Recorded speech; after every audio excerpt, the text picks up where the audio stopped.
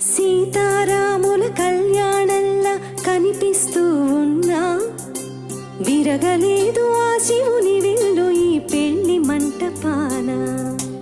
Gauri శంకరులేకమైన సుముహూర్త